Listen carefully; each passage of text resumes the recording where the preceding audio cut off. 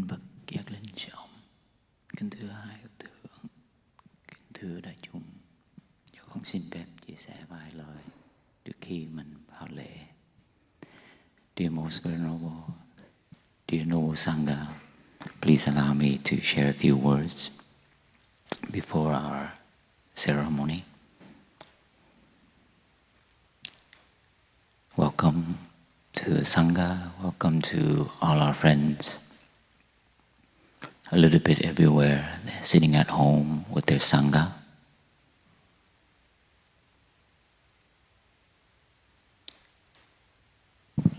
Dạ, con xin phép được thông dịch và kính bạch đại chúng khắp nơi, dù là đang có mặt ở đây hay là đang có mặt ở trên mạng, trên toàn cầu.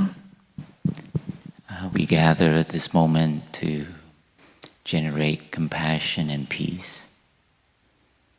Hiện giờ chúng ta cùng có mặt đây để chế tác năng lượng bình an và từ bi. To send all our friends a little bit throughout everywhere in Israel, in all the places suffering from war. Và chúng ta sẽ gửi năng lượng đến những vùng cần như là ở Israel và khắp nơi trên thế giới. And we also come to take care of our feelings and emotions. Và chúng ta cũng cùng chăm sóc những cái cảm xúc của mình, những cảm thọ của mình.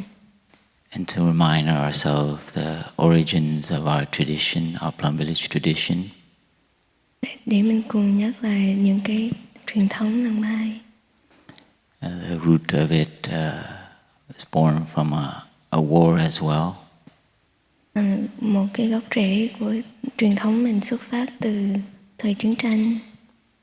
That Thai's effort for peace, he had to have the courage to face the criticisms from society. Và sao ông đã rất dũng cảm khi phải nói lên tiếng nói cầu hòa bình, dù phải đối mặt với nhiều lời phê bình thị phi. And to send compassion and peace for all sides. Và để gửi năng lượng bình an cho cả hai phía, cho khắp nơi. And he continues to do that now. Và ông vẫn tiếp tục làm điều này. With our practice on the Sangha and his teaching. Với sự thực tập của mình, với những giáo lý ông đã để lại. So at this moment we are aware that people are sitting, taking care of ourselves.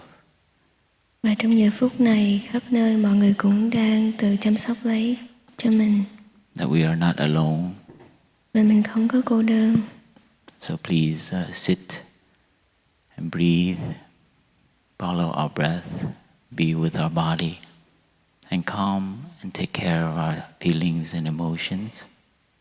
Mình không có một mình, cho nên mình hãy cùng chăm sóc lấy hơi thở của mình, tâm hành của mình, và mình cùng chế tác năng lượng bình an. That we have a wide, large spiritual family helping us, and we're not alone. Và mình hãy nhớ là mình có một đại gia đình tâm linh, mình cùng làm điều này, mình không có làm một mình. Breathing in, I know this is an in-breath. Breathing out, I know this is an out-breath.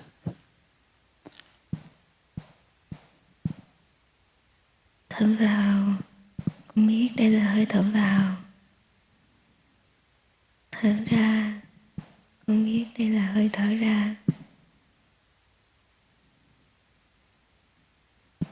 Breathing in,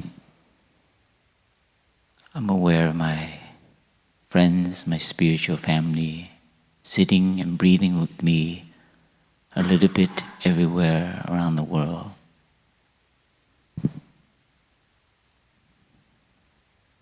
Thở vào, con ý thức, con đang cùng thở với tất cả các bạn tâm linh đang có mặt trên thế giới. Breathing out, I feel supported by my spiritual family. I don't feel alone. thở ra, con ý thức con đang được sự yểm trợ của gia đình tâm linh. Con không có là một mình.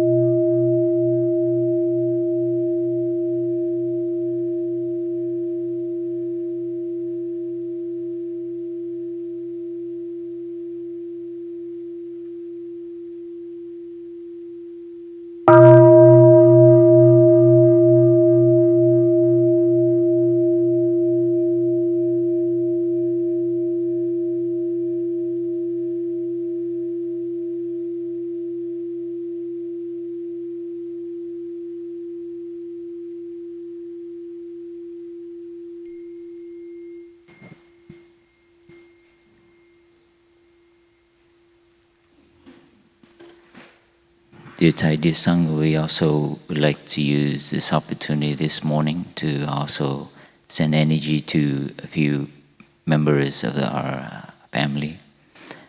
Con kính xin đại chúng từ bi gửi năng lượng bình an đến cho mẹ của con hiện đang rất yếu và nhập viện tại bệnh viện Trung ương Huế.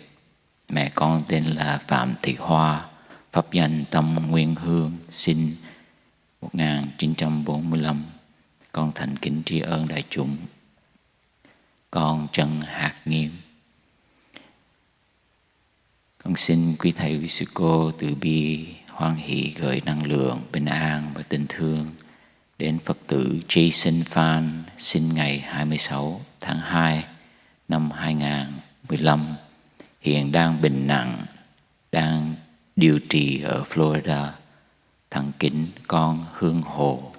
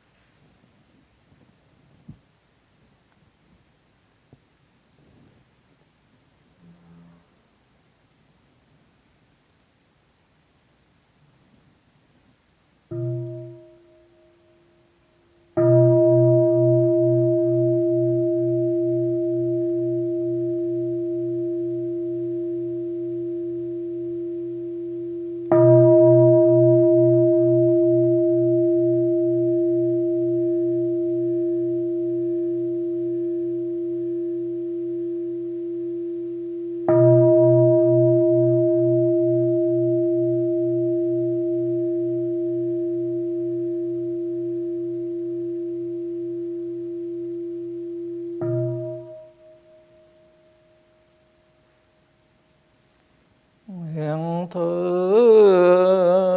diệu hương vung, biện mang thập phương giới cung dường nhất thiết Phật.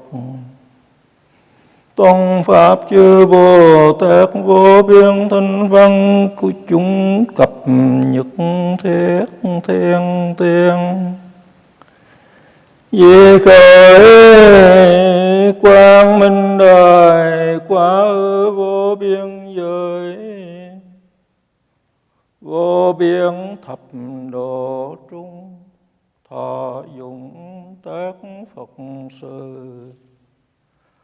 Phổ ứng chư chúng sanh giai phát Bồ đề tâm dung nhan thầm kỳ diệu, quang minh chiếu thập phương. Ngã tích tầng cúng dường kim phục hoàng thắng cần. Thánh Chúa Thiên Trung Vương Ca Lăng Tận Già Thanh, ai mong trừ chúng sanh cố ngã kim kính lệ.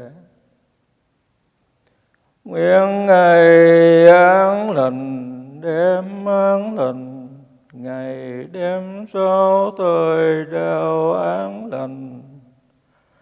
An lành trong mỗi giây mỗi phút cầu, tất cả các nơi đều hết chiến tranh. Cầu Tam Bảo luôn che chở bốn loài sinh lên đất tình. Ba cõi thoát quá hào tòa sáng, xã ngã quỷ chứng tâm hiền. Vạn loại hữu tình lên thập địa.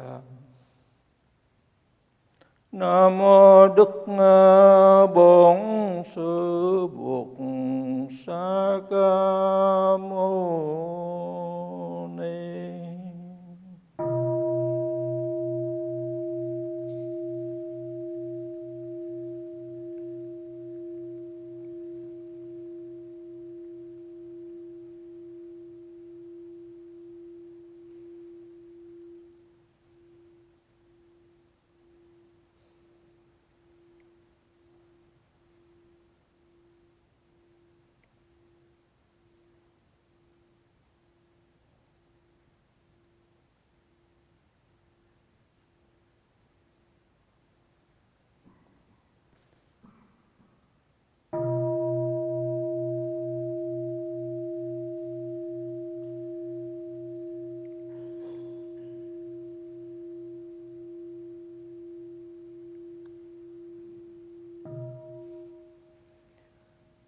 Thế Tôn dung mạo như vầng nguyệt, lại như mặt nhật phóng quang minh.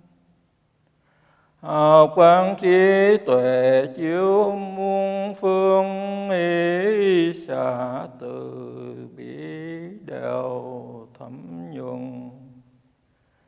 Nam mô Bụt Sa Ca Mâu Ni.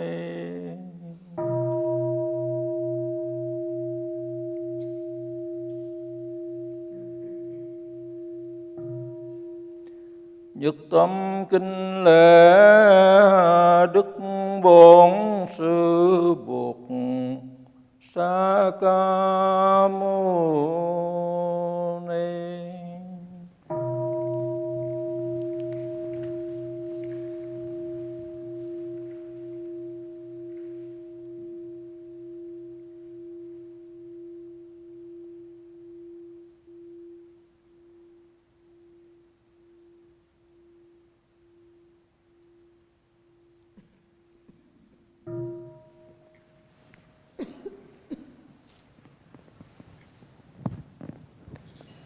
Nhất tâm kính lễ Đức Bồ Tát đại trí môn sư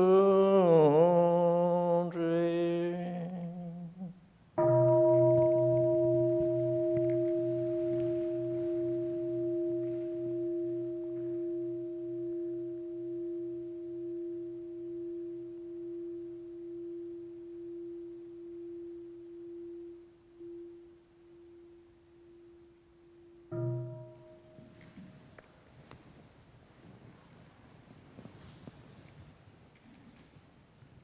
Nhất tâm kính lễ Đức Bồ Tát Đại Hạnh Samatara.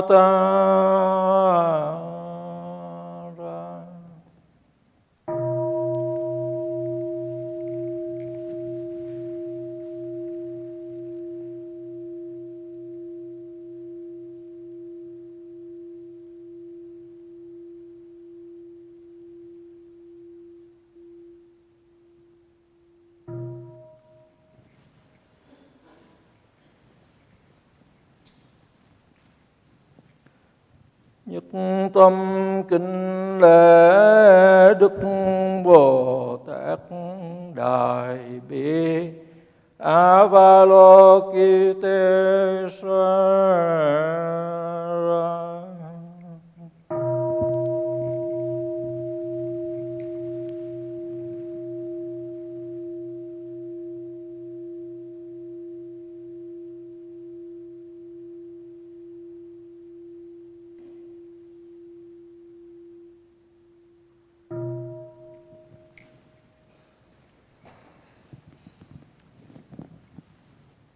Nhất tâm kính lễ Đức Bồ Tát Đại Nguyện Kittiga.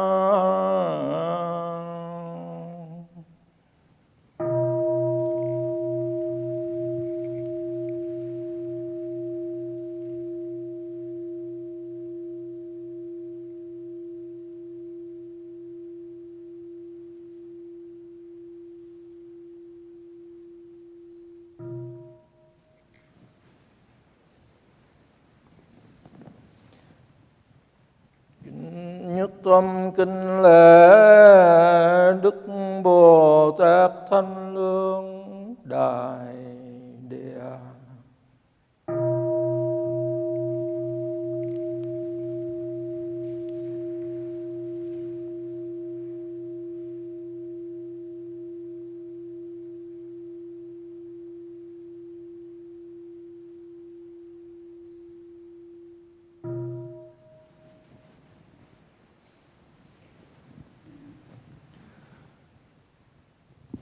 Nhất tâm kính lễ Sư Tổ Thiền Sư trước trừng sáu quan hiệu nhất hành, thầy của chúng con và liệt vị tổ sư qua các thời đại từ Thiên Trúc đến Việt Nam và Mỹ Quốc.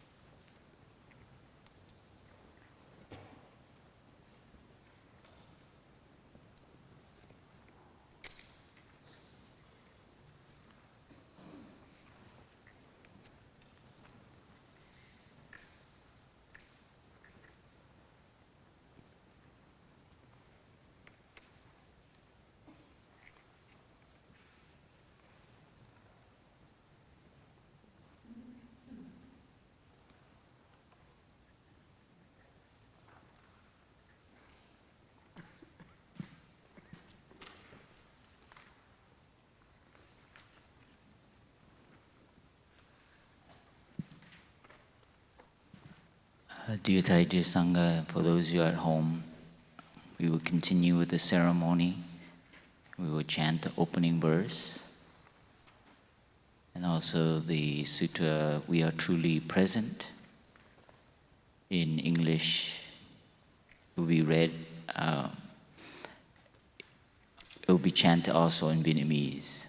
And then we'll read, Brother Phap Lu will read a message and then a poem recommendation of our teacher, and then a reading of chanting, of the chant "Awakening the Source of Love," which will be chanted in Vietnamese.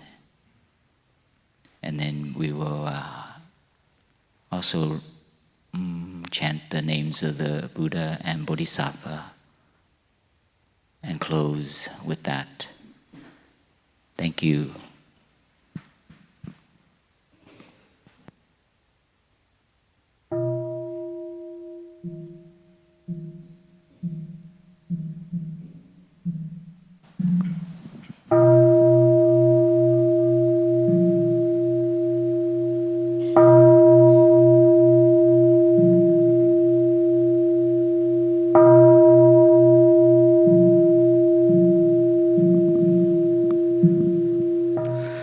Namo tassa bhagavato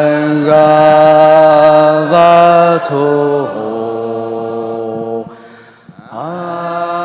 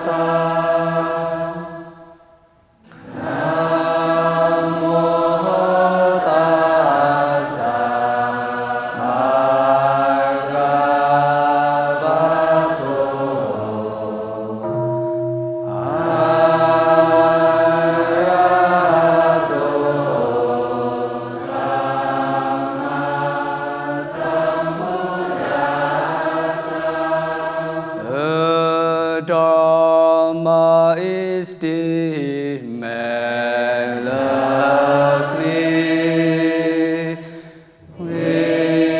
without attempts to see. Study and practice it.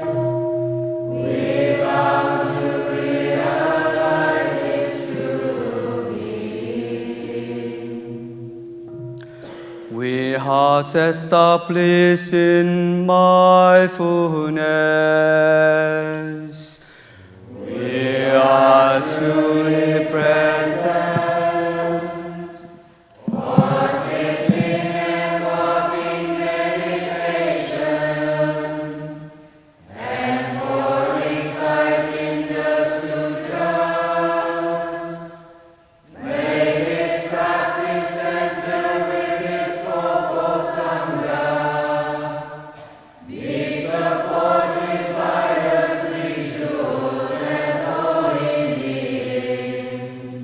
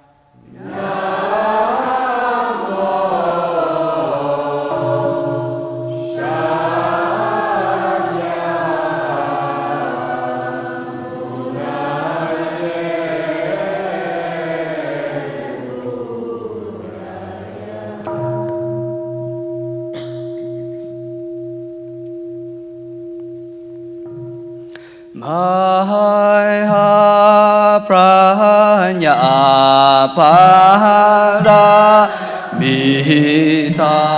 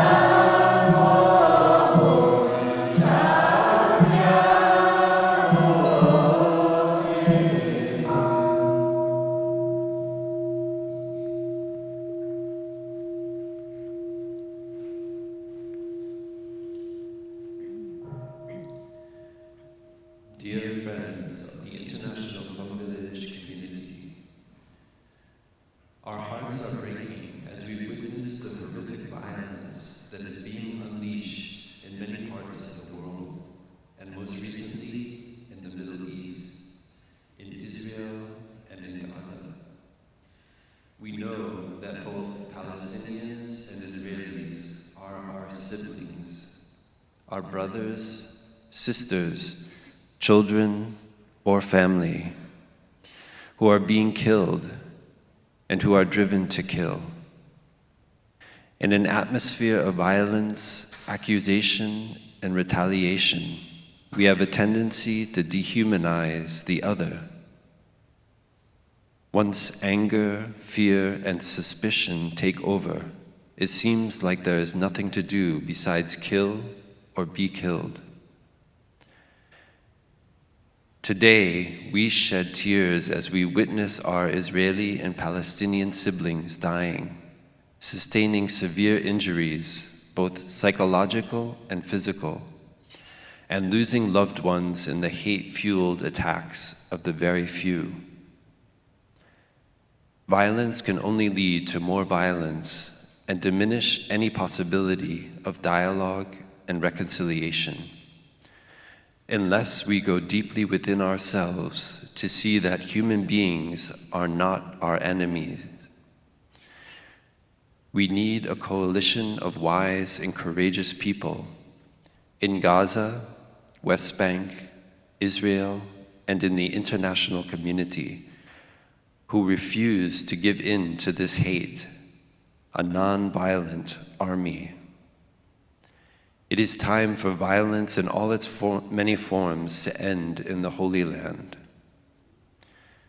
With compassion, love, and wisdom in our hearts, we can make ourselves available to listen deeply to the cries of those now in Gaza and Israel and elsewhere in the world. The cries of those undergoing the deep mental crisis of being trapped in a conflict zone, who are looking to keep their love strong in the midst of this horror. We need to lend them our strength. We all need to go beyond the delusive and destructive idea that we are separate from each other. Let us create islands of nonviolence and peace in our hearts, in our homes, and beyond, via email, phone, and video. Let us live every moment seeing those we think of as the enemy as not separate from ourselves, as our own blood, skin, and bones. And let us not allow hatred to take over. Let us come back and take care of our feelings with calm and clarity, holding our sadness, fear, anger, and despair, and resist the temptation to blame, punish, and have to choose a side. This meditation may be challenging at this moment, but it is what we as a collective need now in order to awaken from the madness and destruction. Revenge and punishment cannot be the answer. Join us to generate this imperturbable compassion in your own heart and radiate it out in every direction to our siblings experiencing great loss, fear, and pain in this moment. The war is complex and difficult to stop, but it is also impermanent. Its cessation now depends on our capacity as human beings to listen deeply, resist polarization and discrimination, and take concrete steps toward lasting reconciliation with love in our hearts. Love, compassion, and courage need to have a place in politics. With love for all beings suffering in the hell of war, the International Plum Village Monastic Community.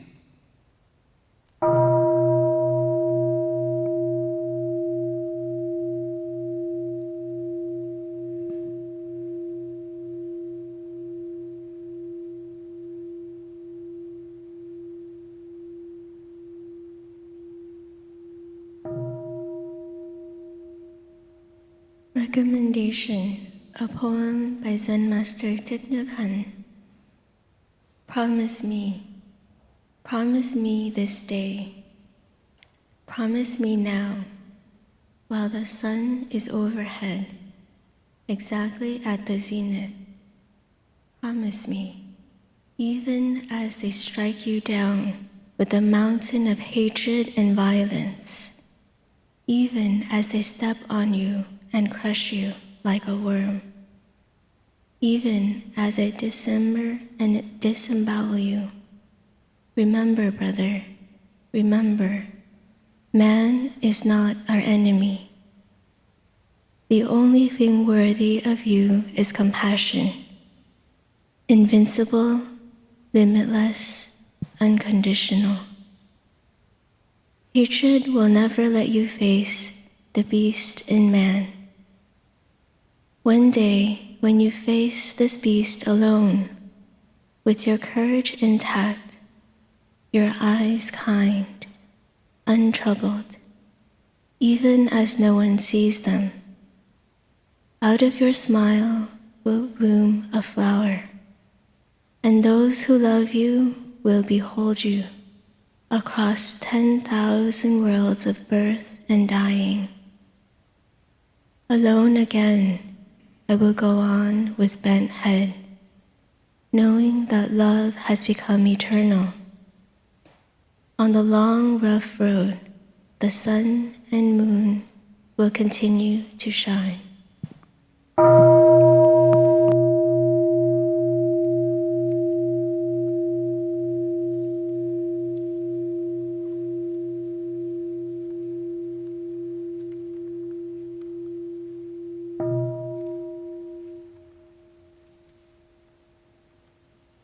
Awakening the source of love. We bow respectfully to you, Avalokiteshvara, to your great vow of always being there for all beings, to your capacity of looking deeply at the world with compassionate eyes, and to listen deeply, to understand, and to relieve suffering. With your holy willow branch, you sprinkle the nectar of immortality to cleanse our minds from all impurities. We vow to take refuge in you with all our hearts. Respectfully, we offer you our vows. Homage to Avalokiteshvara.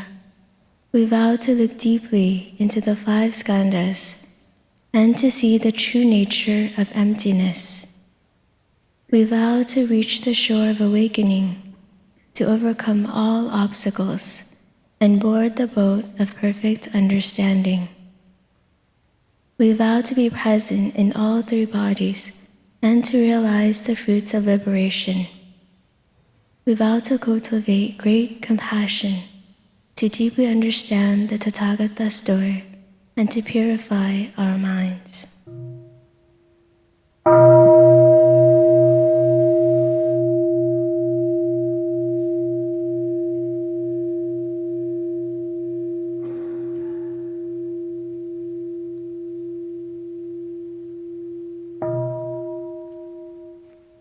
Homage to Avalokiteshvara. Please help us get out of the abyss of craving and dissolve the worries in our minds. Please give us skillful means to build Sangha. Please help us transform our anger and hatred and uproot our ignorance. Please help us raise the torch of right faith and give us clear eyes of understanding. Homage to Avalokiteshvara. Please place in our hand the golden lotus and allow us to see the wonderful Dharma body. We vow to build kinship and siblinghood and to show gratitude for our spiritual heritage. We vow to practice loving speech and deep listening and to look at the world with eyes of compassion. We vow to live mindfully and to look into things deeply with clarity. We vow to realize meditative concentration and to walk mindfully night and day. We vow to abide peacefully on the ground of reality and to cultivate the 5 kinds of eyes and the 6 miraculous powers.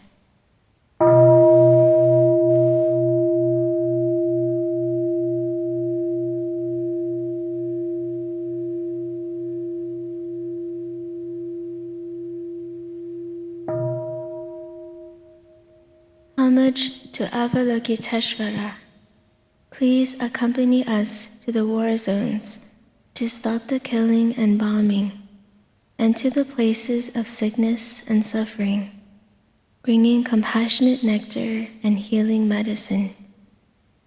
Please accompany us to the realm of the hungry ghosts, bringing the Dharma food of understanding and love. Please accompany us to the realm of hell in order to cool the heat of afflictions, and to places of conflict in order to remove hatred and anger and help the source of love to flow again. Homage to the Bodhisattva of great compassion. Homage to the Bodhisattva of great compassion. Homage to the Bodhisattva of great compassion.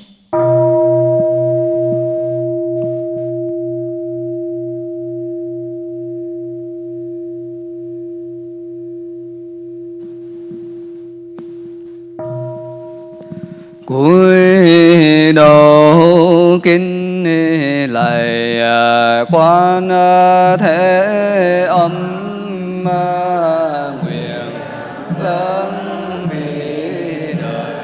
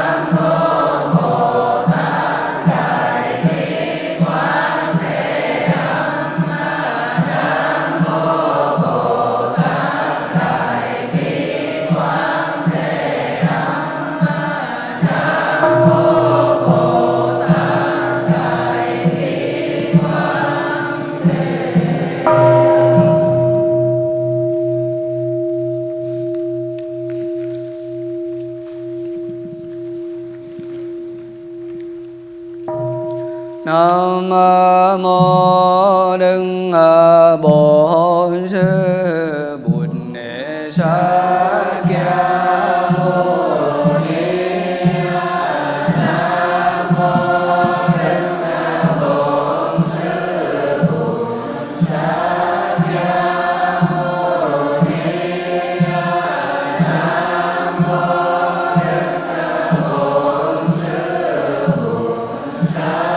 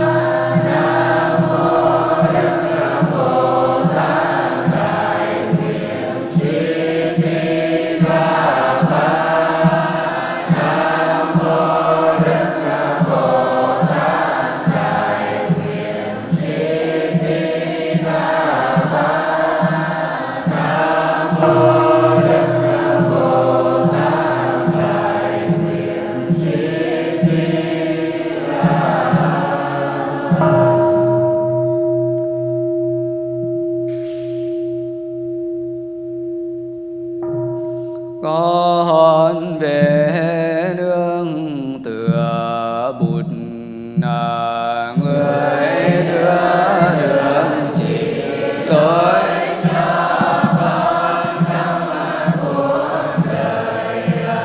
Con về nương tựa Pháp con đường của tình thương và sự yêu biết. Con về nương tựa Tăng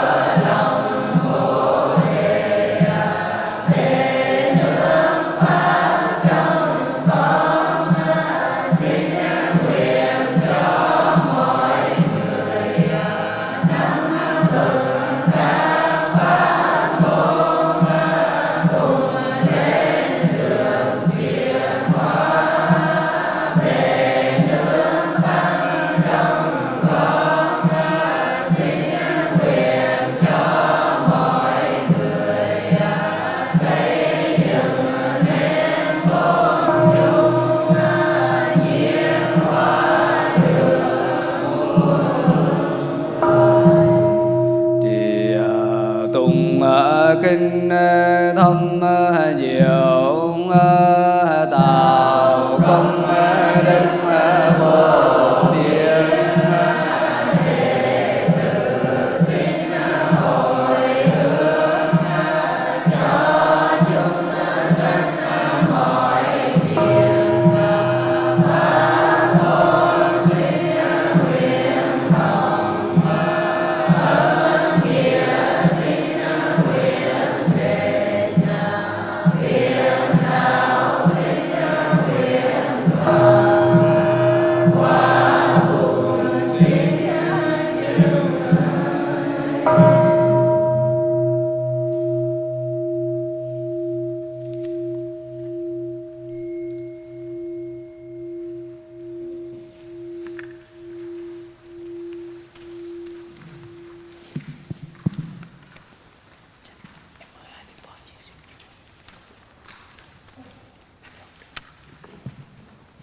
Dạ, con biết xin quý thượng tọa biết có vài lời hướng dẫn cho chúng con trong thời gian này.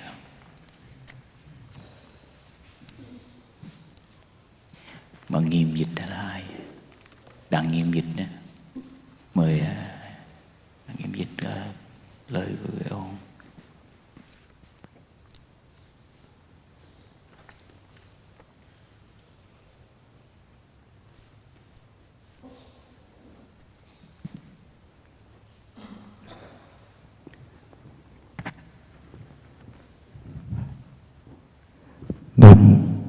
Nam mô Đức Bổn Sư Bụt Sakya Mâu Ni. Nam mô Sakyamuni Buddhaya. Kính bạch hiện tiền chư tôn đức tăng ni, chúng ta thừa hưởng những cái điều vô cùng tốt đẹp từ sư ông giáo huấn. Do vậy cho nên cái sự cảm thông của chúng ta đối với nỗi đau chiến tranh của hành tinh này, chúng ta luôn hướng tâm về, đem năng lượng bình an của sự tu tập, mong rằng là nó làm dịu mát đi những cái nơi đầy nóng bức do thù hằn, do căm ghét, do giận dữ, do bạo động của con người gây ra. Dear respected monastic community, we have received the great transmission from our beloved teacher Thich, the compassion for all beings. So, in the face of suffering all over the world, we feel deeply the pain, the hatred, the anger, the suffering that is caused right now. Trên hành tinh của chúng ta dường như chưa có một ngày nào không có chiến tranh hoạn hòa, và cũng chưa có một dân tộc nào không đi ngang qua nỗi đau mất mát do nhân họa gây nên. On our planet Earth, it seems that there's no time that there's not war. There's no time that there's not suffering caused in the world. Chúng ta vô cùng may mắn là sống trên một đất nước hòa bình và sống trong cái điều kiện đủ đầy của một người không có bị bom rơi đạn lạc, không có bị nỗi khốn khổ do chiến tranh gây nên, và hiện tại đang được bảo bọc bởi chánh pháp của Như Lai, đang được sống trong cái vòng tay yêu thương của pháp tu tập từ Đức Thế Tôn và những vị thầy chế tác cho chúng ta nương nhờ. We are fortunate to be living in a country, a land that there's right now no bomb falling on us. We are fortunate to be living in a place that we are embraced by the true Dharma, by the practice, that we are well protected Tuy nhiên có những điều thấy chừng như may mắn, thế nhưng mà có những điều đem lại cho chúng ta đôi khi đó là một tâm thức rất là tiêu cực. Chúng ta không có quán chiếu, mở lòng ra để cảm nhận nỗi đau của người chung quanh và cảm nhận được sự may mắn vô cùng lớn của chúng ta. Đây là cái điều có thể xảy ra với một tâm thức của người tu hời hợt, tiêu cực. It's a great fortune where we are, and yet it can also be a misfortune if our mind is superficial and we take for granted what we have and we don't feel the suffering that is going on in the world around us. Đức Thế Tôn dạy rằng nơi nào có một vị tỳ kheo tu tập, nơi đó sẽ làm cho cỏ cây, đại địa, thú cầm và con người mát dịu với năng lượng từ bi của những vị tỳ kheo ấy tu tập. The Buddha taught that wherever there's a true monastic practitioner, then that will bring coolness and compassion for other people, the animals, the plants and the mineral all around. Thế nên những người đệ tử Như Lai sống bất cứ nơi đâu, điều đầu tiên cần làm đó là mỗi một phút giây trong đời sống của chúng ta phải chế tác được cái năng lượng yêu thương, bình an, tỏa rộng ra đến người chung quanh và tỏa rộng ra đến hành tinh con người. Đây là điều đầu mà chúng ta là những người nương theo giáo pháp Phật phải hành trì. That is why as disciples, students of the Buddha, wherever we are, we need to cultivate the mind of love, the nectar of compassion for all of those around us at any time, any place. Điều thứ hai chúng ta cũng nên nhớ rằng là thế giới này rất giòn, rất dễ vỡ. Mọi điều bất trắc, hoàn hòa, đau thương nó có thể xảy ra bất cứ nơi nào và bất cứ trên một con người nào. Secondly, we need to remember that this world is very fragile. It can be broken at any time. Suffering can surface at any time. Và cái điều thứ ba chúng ta cũng nên quan tâm, đó là đời sống con người rất là mong manh. Sự bình an của con người dù ở trên bất cứ nơi đâu của hành tinh này cũng rất là mong manh.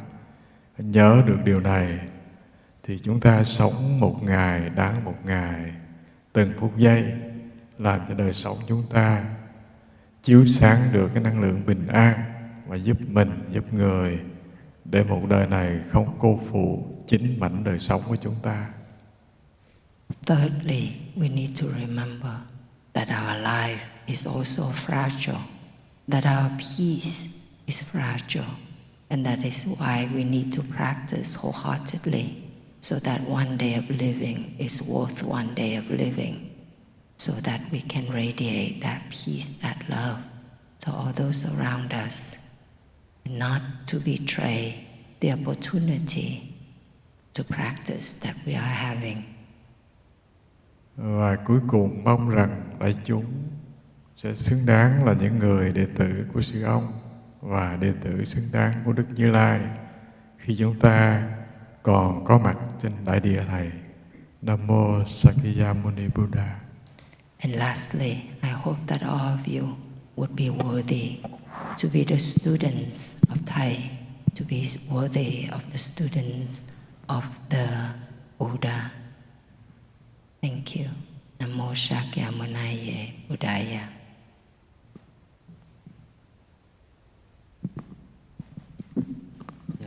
Dear Thai, dear Sangha, thank you for joining us this morning, this moment.